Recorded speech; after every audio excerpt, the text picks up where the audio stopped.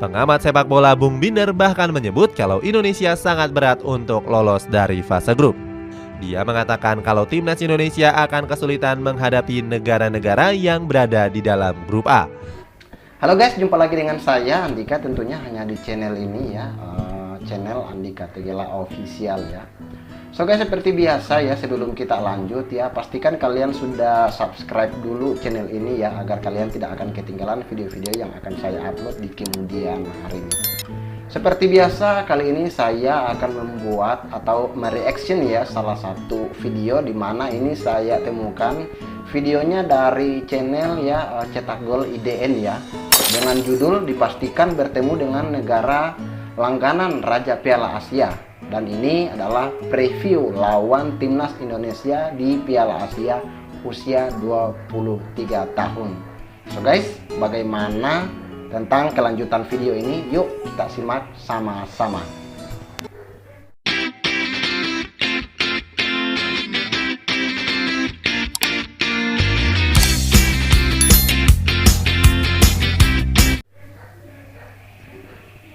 AFC baru saja menggelar undian drawing Piala Asia U23. Dalam hasil pengundiannya, tim nasional Indonesia U23 tergabung dalam grup A bersama negara-negara kuat seperti Qatar, Australia, dan Yordania. Sintayong punya hasrat besar untuk lolos demi bisa memantapkan target lolos ke Olimpiade Paris 2024. Cetak Gol coba merangkum preview lawan tim nasional Indonesia di Piala Asia U23 sebagai berikut.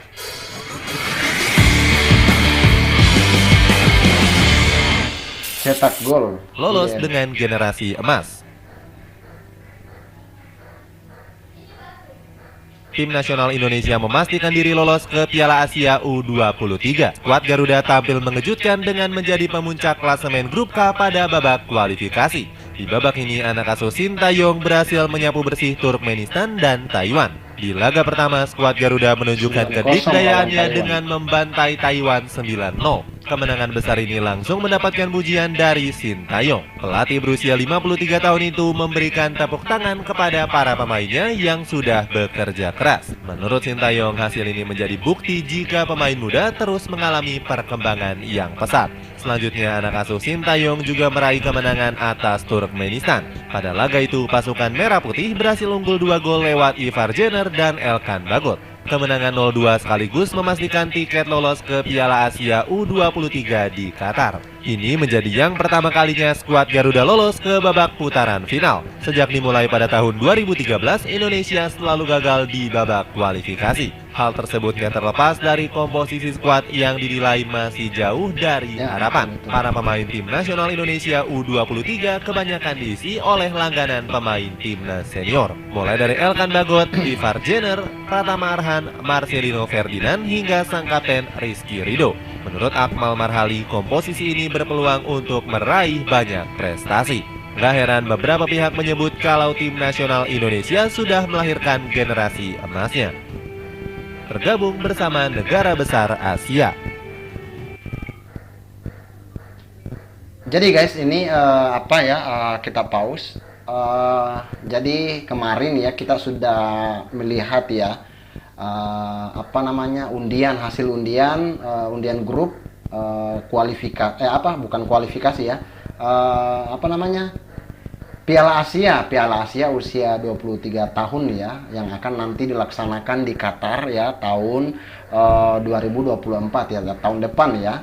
Jadi rencananya akan dilaksanakan tanggal 15 April sampai dengan 3 Mei 2024. Nah, kita lihat di grup ini ya, termasuk Indonesia berada di grup yang lumayan sangat sulit ya. Seperti di sini ada Qatar, ya, ada Australia, sama Yordania.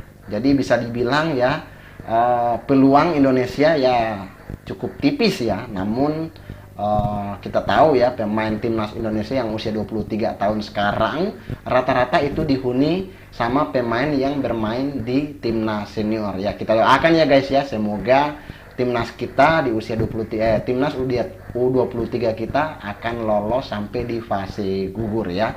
Oke, kita lanjut bagaimana infonya. Meskipun dihuni oleh pemain-pemain keturunan, timnas Indonesia harus menemui jalan yang terjal di Piala Asia U23. AFC baru saja mengumumkan hasil undian pada hari Kamis kemarin. Skuad Garuda nantinya dipastikan akan tergabung dengan tim tuan rumah Qatar. Itu artinya ini merupakan ujian tersendiri bagi anak asuh Sintayong. Pasalnya mereka harus kembali mengontrol mental agar nggak terintimidasi oleh tekanan tuan rumah. Gak cuma itu, Indonesia juga masih harus berhadapan dengan Australia dan Yordania. Australia sendiri dikenal sebagai negara yang rutin lolos ke Piala Dunia. Skuad Socceroos nantinya punya target besar di Piala Asia U23 kali ini. Sebagai negara di peringkat 27 FIFA, mereka ingin meraih prestasi setinggi mungkin di ajang nanti. Pasalnya, skuad Socceroos masih merasakan puasa gelar sejak ajang ini digelar. Lalu lawan yang terakhir adalah tim nasional Yordania yang dianggap sebagai lawan yang juga cukup tangguh. Sebab skuad The Chivalrous sempat meraih peringkat 3 terbaik di Piala Asia U23 tahun 2013. Wow, lumayan ya, kencang ya guys ya. Tim nasional Qatar. Timnas Qatar. Timnas Indonesia U23 langsung mengawali perjuangan di Piala Asia U23 dengan menghadapi sang tuan rumah Qatar. Skuad The Maroon cukup percaya diri menatap laga pembuka. Pasalnya skuad asuhan Ilido Vale punya target untuk bisa menembus semifinal. Untuk memenuhi target ini, Ilido Vale mempersiapkan bakat-bakat pemain yang berasal dari liga lokalnya. Mulai dari Lotfi Madjer, Ilyas Barimi hingga Khalid Alisabah. Khalid Alisabah menjadi pemain yang paling berbahaya dengan catatan 6 gol bersama The Maroon Junior. Meskipun begitu, tim nasional Qatar U23 saat ini masih belum menunjukkan performa yang konsisten. Dalam 11 laga terakhir, anak asuh dari Ilido Vale sudah menelan 6 kekalahan. Mulai dari dikalahkan tim nasional Thailand, Meksiko, Uni Emirat Arab, hingga Australia. Itu artinya skuad Garuda Muda punya kesempatan yang besar untuk mempermalukan Qatar sebagai tuan rumah. Apalagi Sintayong punya hasrat besar dengan melakukan beberapa persiapan yang panjang, termasuk meminta PSSI untuk mencarikan lawan yang tangguh demi persiapan. Namun untuk lebih detailnya, sang pelatih masih belum mau membicarakan kepada awak media. Pasalnya saat ini dia masih berfokus untuk mengasuh tim nasional senior. Timnas Australia. Australia. Setelah berhadapan dengan Qatar, timnas Indonesia U23 akan bertanding menghadapi Australia. Negara kanguru ini tentunya menjadi lawan terberat untuk anak asuh Sintayong. Pasukan Tony Fitmar ini bahkan sudah mempersiapkan kompetisi dengan sangat baik. Mereka sudah melakoni serangkaian uji coba menghadapi negara-negara kuat di Timur Tengah. Mulai dari tim nasional Arab Saudi U23, timnas Qatar U23, hingga timnas Yordania U23. Hebatnya dalam uji coba tersebut Australia mampu mengalahkan ketiganya. Di tanggal 18 November yang lalu, skuad Socceroos berhasil menang atas Qatar dengan skor 2-1. Sedangkan di tanggal 21 November, Australia juga memperdaya Arab Saudi dengan keunggulan 3-1. Pada laga terakhirnya, skuad Socceroos berhasil mengungguli tim nasional Yordania dengan skor 1-0. Uniknya, dua negara yang menjadi lawan uji coba justru satu grup bersama Australia. Itu artinya skuad Socceroos menjadi tim yang diunggulkan untuk menjadi juara grup A. Para netizen Indonesia merasa curiga dengan hasil drawing tersebut. Pasalnya acara drawing itu sempat ditunda selama 1 pekan lamanya. Seharusnya acara drawing itu sudah digelar pada hari Kamis tanggal 16 November yang lalu. Terlepas dari kontroversi tersebut, Australia merupakan tim dengan komposisi terbaik di dalam grup A. Hal itu bisa dibuktikan dengan banyaknya pemain mereka yang berkarir di Eropa.